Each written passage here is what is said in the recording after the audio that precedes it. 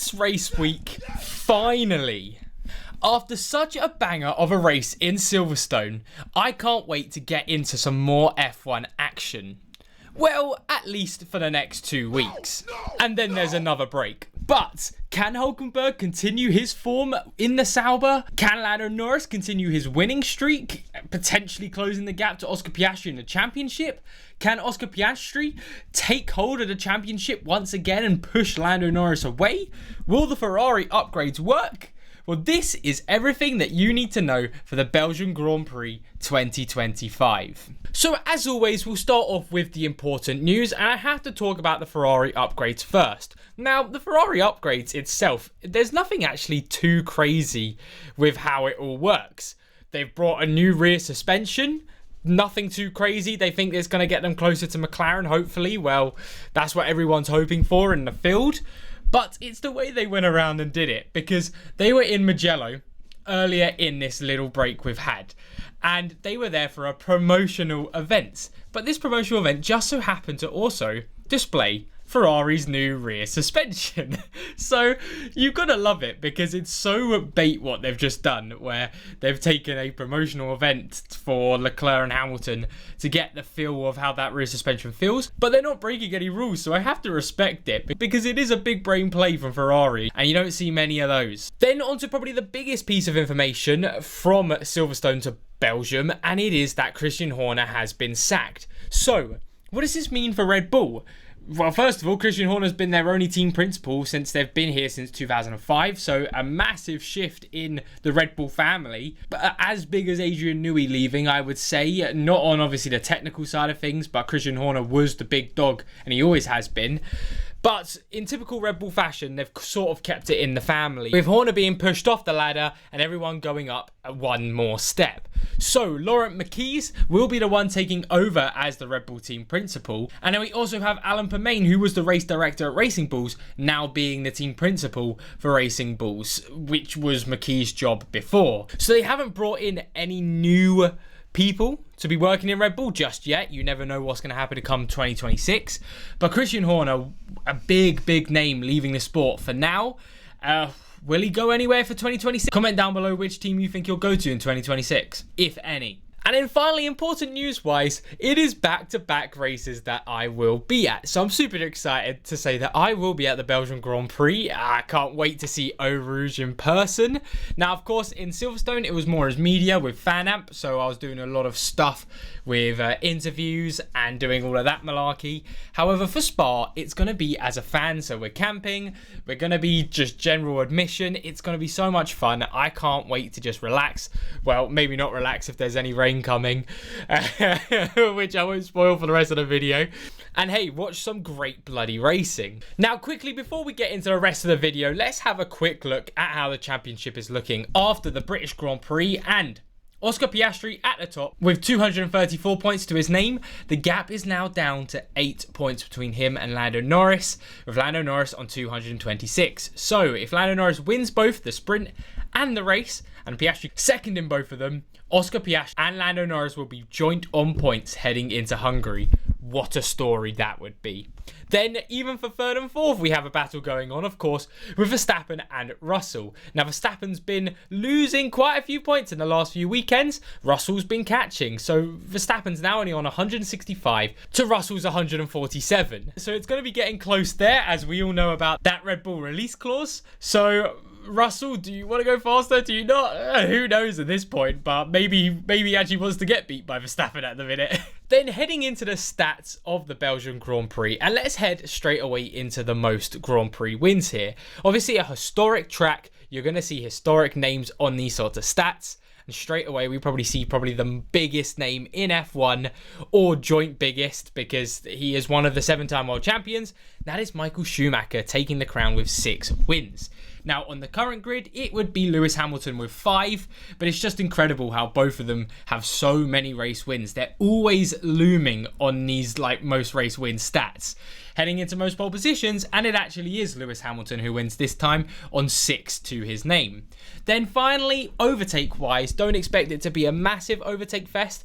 It could be a little bit better if there's mixed conditions. However, last year in 2024, we had 33 overtakes, which again isn't a Monaco bore fest, but it's not like what we had in Silverstone a few weekends ago.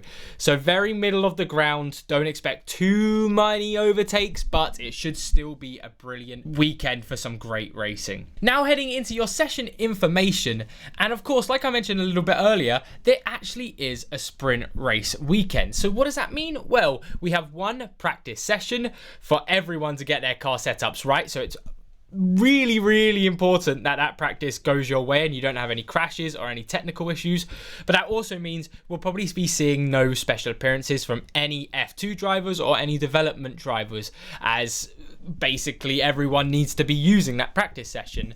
And then later on the Friday, we also have the sprint quali. Sprint quali, of course, the qualifying for the sprint race, where we do get points. So this does mean a lot. Then coming into the Saturday, we have the sprint race, and then we have the qualifying for the actual race. And then on Sunday, we just have the race. However, that is the F1 action.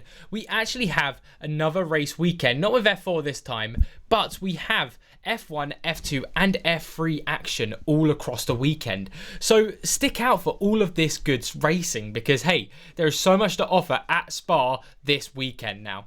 But with that all said and done, let's now head over to your weatherman, Zach GP. Morning Belgium, this is your weatherman, Zach GP. And after that crazy race in Silverstone, I could very much easily take the most relaxing, almost spa day-like weather report with sunny skies, everything looking perfect. We're not going to get that, are we? Well, maybe. It wouldn't be a Zach GP weather report if the weather really wasn't up in the air. And I mean, not quite literally, but I mean, yes, literally as well. It's kind of the only place it can come from. But right now, will it rain? Will it not rain? Who actually knows? It's ridiculous. You really have to keep an eye on the weather report every day because it is changing. I remember looking on Monday, it said there was going to be about 50-60% coverage. Tuesday, it went down again. Today, it's gone up again. Who actually knows? But I can tell you right now on Wednesday, the weather report looks like this. On Friday, it is now risen to around 30-60% all day of rain coverage. Now we're going to get highs of around 20 degrees and lows of around the low 10s on Friday. So this could be interesting, but it looks like right now for sprint quali, it's probably going to rain. However, the same cannot be said for Saturday. Obviously the sprint race and the qualifying. Now this looks like there's barely going to be any rain. It doesn't even peak above 10% coverage. The weather seems pretty stable all weekend long as well on temperature, with the low 20s to around the low 10s consistently throughout the day. But Saturday now doesn't look like there's gonna be rain. But then on Sunday, it's got up even higher. Now it looks around 60-70% worth of rain coverage. So at this point, anything could happen, and it's absolutely crazy. I wouldn't be surprised if we get to actual race day and it's 100%, or we get to race day and it's 0%. It's Spa for you. We're gonna get another race weekend of absolute chaos on the weather, which I absolutely bloody love.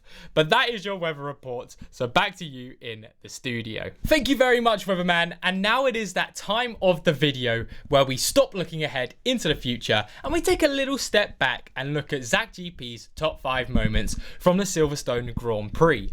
Now coming in at number 5, we have to talk about Lando Norris winning at his home race. The first home race victory in his F1 career so far. A very controversial win, to say the least. Did Piastri deserve the penalty? I'll be talking about that in a little bit. But well done to Lando Norris. It was a great achievement from him. It puts him right back into that championship fight with now 2 race wins in a row. Can he keep it up? Only time will tell. Coming in at number 4, and we had crazy weather. It was ridiculous. 1 minute it was completely bone dry. The next minute it was drizzling. Next minute it was like thunderstorm type rain. Then it was nothing again. It just couldn't make his mind up. But that leads to the best racing, which we saw, which coming in at number 3, we had 5 DNFs. And it was all just because of how crazy the race was. We had Hadjar going into the back of Antonelli, which DNF'd both of them. I could actually hear the thud from that when that all happened. We had so many incidents. I mean, we had Lawson on the first lap. Ocon didn't really have anywhere to go. A shame for Lawson. Just incredible racing. Then coming in at number 2 with the Oscar Piastri controversy. Now, of course, Oscar Piastri was leading the race quite comfortably until that big moment under the safety car. The safety car was coming in. He broke very, very quickly, leading to the pack being very, very bunched up in these mixed conditions with a lot of people almost crashing out. I mean, we even had Nico Hulkenberg almost going into the back of Lance Stroll. And this was deemed too risky by the FIA, and Piastri got a 10-second penalty. Was it deserved? Comment down below, yes or no, because right now it's been up in arms about was it or was it not. Then coming in at number 1, and well, you know, just a small little detail that I didn't mention just now, and definitely haven't mentioned on the channel before. Oh, never. Nico Hulkenberg has a podium in F1. Nico Hulkenberg came across the line in 3rd place, fending off Lewis Hamilton, getting this strategy absolutely perfect. Who didn't love seeing Nico Hulkenberg on the podium? Absolutely everyone loved it.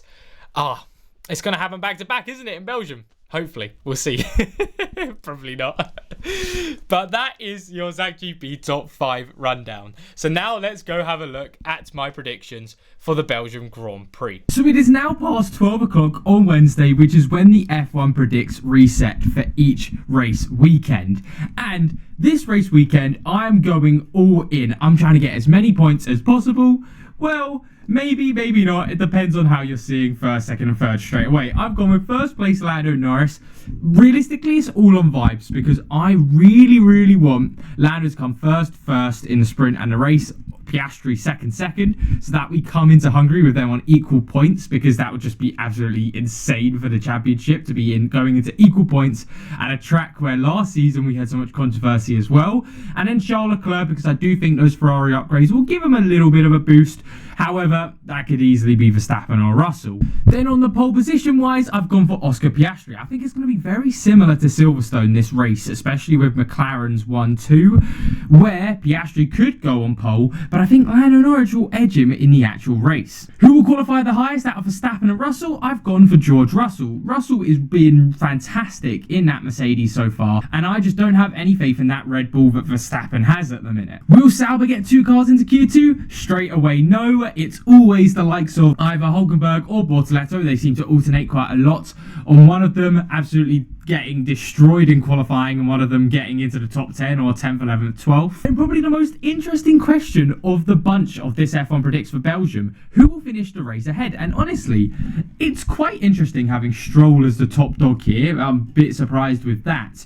But Isaac Hadjar at 30 points. I know he hasn't had the greatest run of form in recent races, but that Racing Bulls is not a bad car. So for me, 30 points is way too much to not go for the risk and risk it with Hadjar. Fastest pit stop, bog standard. You always knew I was going to go Ferrari. It's the status quo here. Will there be a safety car or a virtual safety car? Yes, it's Belgium. There's 100% going to be some sort of accident. Who will set the fastest lap? Well, I've gone for Oscar Piastri because I see it happening again. Like I mentioned, Austria, Silverstone, Piastri didn't win, but he set fastest lap. Who will score more points out of Aston and Racing Bulls? Realistically, this one's just going off vibes, and I do think Racing Bulls have the better chance to do something with their car, considering Aston Martin, it's only really on the normal race weekend, Fernando Alonso, that they've got any chance of scoring points. And then finally, most positions gained by a driver. This one's actually a really hard one to predict. It's normally around 3 to 7 overtakes. So I've gone slap bang in the middle for me, which is 5. We'll see exactly how this takes place, but 5 seems like a pretty decent spot to be in. But those are my F1 predictions for the Belgian Grand Prix. Make sure to join my league if you want to get involved with this. Now, heading into the forfeit prediction for this weekend, I have to go for something a little bit more tame because I've lost the last 2. Of course, Austria, double Red Bull points. They didn't get a single point. Then in Britain, I said Hamilton would get on the podium. Not a bad prediction, to be fair, and he was very, very close. Couldn't have had anyone better from Hulkenberg beating him for it, but it did mean I had to use 3 hours on the bike. This time round, I will be doing, if Sauber do not score more points in Belgium, as I do believe they'll be scoring more points, I will do a full 78 lap race around Monaco with damage on. for all of you to watch. Try out the racing sim anyway on live stream. So it's like killing two birds with one stone. To be fair, is it really a forfeit? Well, if I start crashing out all over the place, probably, because it's going to take an absolute decade to complete 78 laps around Monaco. But anyway, let's now head over to the Zach GP analyst to give us a track overview. The Spa circuit debuted in F1 in 1950 in the first ever F1 championship season. Track was originally built all the way back in 1921, being redesigned in 1979. There are 2 DRS zones, 19 turns and 44 laps for this Grand Prix, being the longest lap left on the calendar. So get excited as we have a great weekend of racing ahead of us. Thank you very much, Bear. And that is everything that you need to know for the Belgian Grand Prix. Now, as always, if I have missed anything or if any news comes out over the next few days, I will be putting it in the comment section under a thread. So basically, if there's any special liveries that come out, I'd be surprised if there was. I'll put it down there. If there was any F2 development driver stuff happening, I'll put it down there. If there's any more breaking news in F1, I'll put it there as well. But I will be keeping you all up to date until that point. But as always, if you like this video, make sure to like and subscribe. Comment down below, what are you most excited about for the Belgian Grand Prix? Enjoy the rest of your day and enjoy the weekend's racing. Take care, everyone.